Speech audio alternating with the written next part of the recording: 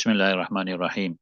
So yesterday we recited that hadith there and showed all those du'as, right? So when it comes to the explanation of this hadith, they say that some say that you read these du'as in the witr salah after the ruku in the position of coma, and that's what Imam Malik rahmatullahi have chosen. Some say no, you read these du'as after making salam, after completing your witr, and some say you read it in at-tahiyat, in other words, just before salam, right?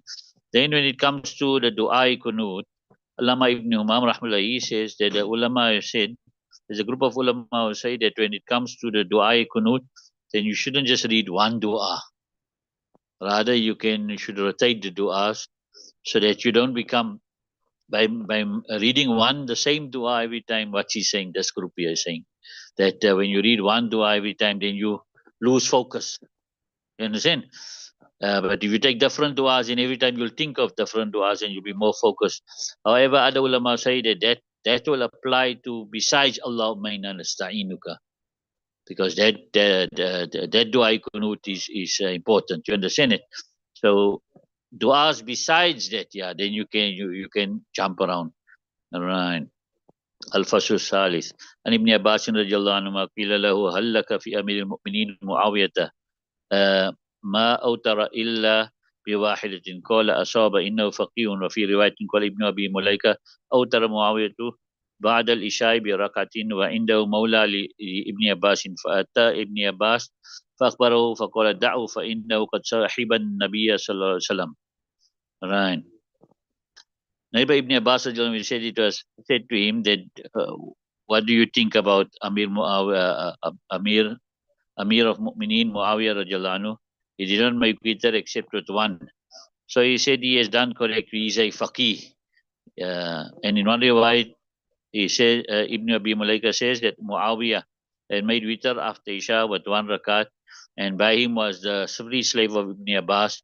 So he came to Ibn Abbas radiallahu anhu and he informed him. So he said, leave him, because he had accompanied Nabi Karim sallallahu alaihi wasallam. Right, so this also shows one rakat of witr. So those who say you can't make one rakat of witr, they say that, in other words, the actual objection was that he only made witr. He didn't make tahajjud. Or he didn't make the two rakats after that, right?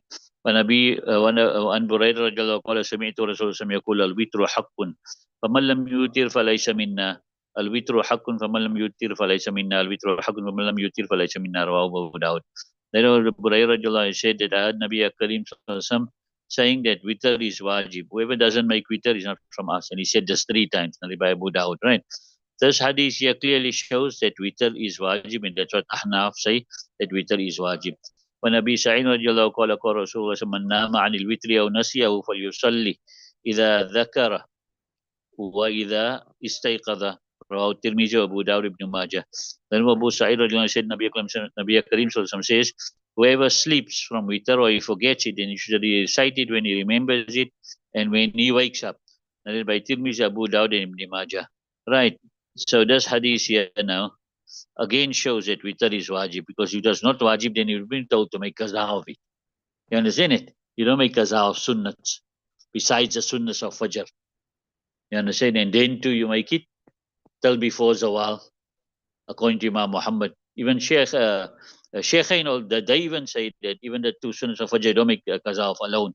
But the fatwas in Imam Muhammad's call, you can make qaza of your 2 sunnahs until before zawal. You understand it? Yes, if you must your fajr and your must your fajr salah, then you can make your 2 and 2. All right. One Malikin balagha anna rajulan سأل ابن عمر عن الوتر أواجب هو فقال عبد الله قد أوتر رسول الله صلى الله عليه وسلم وأوتر المسلمون فجعل رجل يردد عليه وعبد الله يقول أوتر رسول الله صلى الله عليه وسلم وأوتر المسلمون رواه في المؤتة. Narrated from Malik rahmatullahi, and he makes it makes it reach right unto Nabi Karim. He said the man asked, he makes it reach until Ibn Umar, right? And he said the man asked Ibn Umar about witr, is it wajib? So Abdullah Ibn Umar said Nabi Karim made witr and the Muslims made witr. The man continuously repeated upon him the question, and Abdullah he said that the Rasul made witr and the Muslims made witr. Right. So now here, instead of giving him an answer to say yes, it's wajib, he gave him the dalil. You understand? To show it's wajib, that the Muslims continue. Nabi Sallallahu made witr, and all the Muslims are making witr. So that's a sign that it is wajib.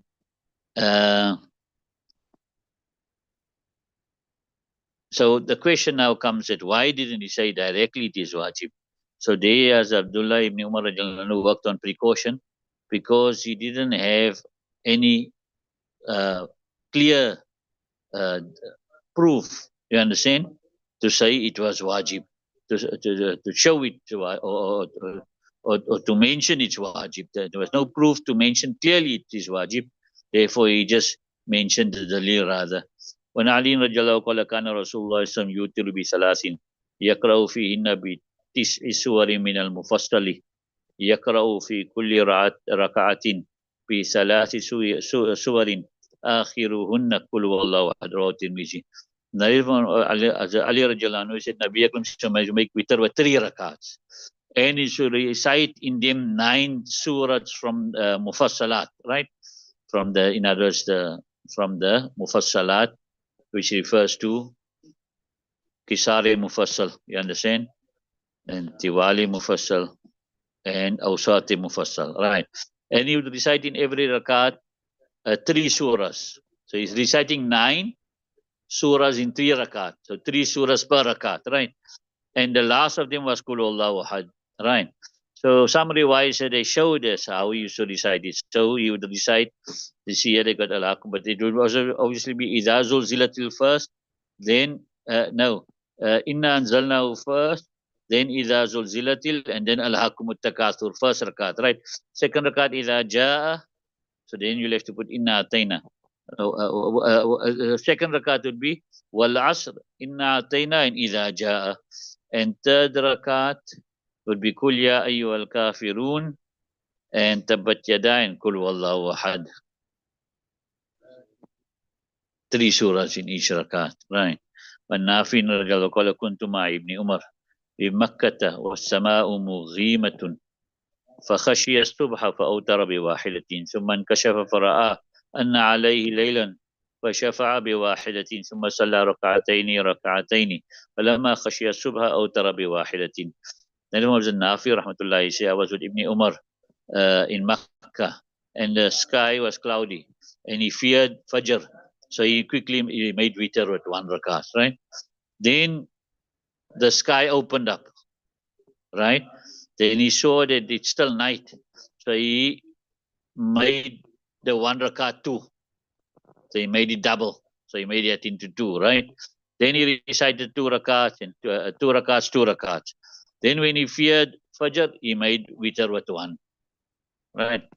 Right. When Aisha رضي Rasulullah كان يصلي جالسا فيقرأ وهو جالس فإذا بقي من قراءته قدر ما يكون 30 أو 40 آية قام وقرأ وهو قائم ثم ركع ثم سجد ثم يفعل في الركعة الثانية مثل ذلك رواه مسلم.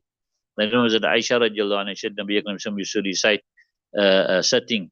Then he would recite while she was sitting. When they remained from his qiraat, the amount of that which will be 30 or 40 ayats, then he would stand up and recite. And while she's standing, then he would make ruku, then he would make sajjad, and he would do in a second rakat similar to that. So basically, recite salat sitting, recite long qiraat, and then when it's about 30 to 40 ayahs left, he stood up, read at 30 to 40, make ruku, and then do the same thing in the second rakat. وأم سلمة رضي الله عنها أن النبي صلى الله عليه وسلم كان يصلي بعد الوتر ركعتين رواه الترمذي وزاد ابن ماجه خفيفتين وهو جالس. And if Umm Salma radiallahu anha said Nabi Akram used to recite after witr 2 rakats, right, by Tirmidhi, and Ibn Majah increased 2 short rakats, you understand, while she was sitting. That's all now, nafil now, all tahajjud. Then it's okay, yeah. Yeah, sitting and stand. They got here the opposite is, but if you're standing, you should be allowed to sit also. Because it's all nafil, you understand? I see I got here. I got here is not permissible. You find it out. We did that, I think. You can stand, start standing, and then sit. You can just check it up again. All right. وعن عائشة رضي الله عنها قالت كان رسول الله صلى الله عليه وسلم يوتر بواحدة ثم يركع ركعتين يقرأ فيهما وهو جالس فإذا أراد أن يركع قام فركع رواه ابن ماجه. Aisha radiallahu anha, she said Nabi Akram will make witr with 1 rakat, then he would make 2 rakats, right? Reciting in them while she was sitting.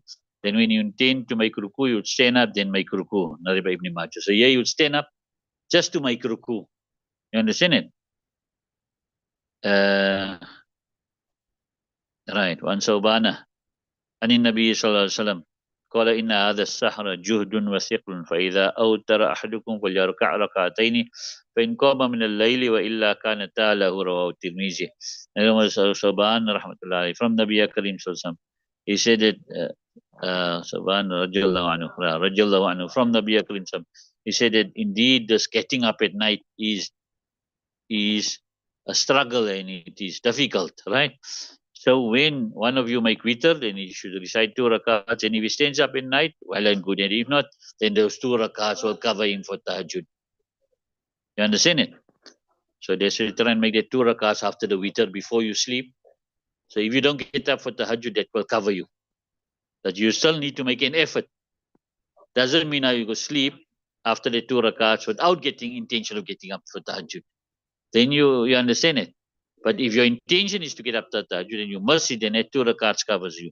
And Nabi Umamah radiallahu anhu, Nabi sallallahu alaihi wasallam, كان يصليهما بعد الوتر وهو جالس يقرأ فيما إذا زلزلت وقل يا الكافرون رواه أحمد. Therefore, Abu Umamah radiallahu anhu said Nabi Akram used to recite these 2 rakats after witr while she was sitting.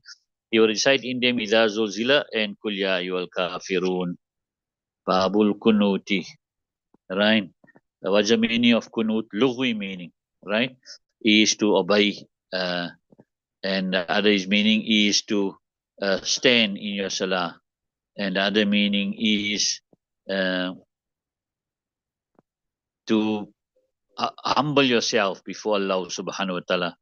And dua also is also one of the meanings of kunut. So it's narrated that in Abu Dawud that Nabi Karim once he made after receiving lots of difficulty from the tribe of Mudar. So he made dua against Mudar. Then as Jibreel Islam came to him, Ya Muhammad Sallallahu Inna Allah lam yab'aska sabbaban wala la'an innama ba'asaka rahmatan. Allah Ta'ala did not send you as one to insult and to curse. Indeed, He has sent you as a rahmah. Then after that, and then the ayat came, Laysa laka min al-amri shay. It's not, you don't have any say in this matter, right? And then after that, he was given the kunut to recite. Right.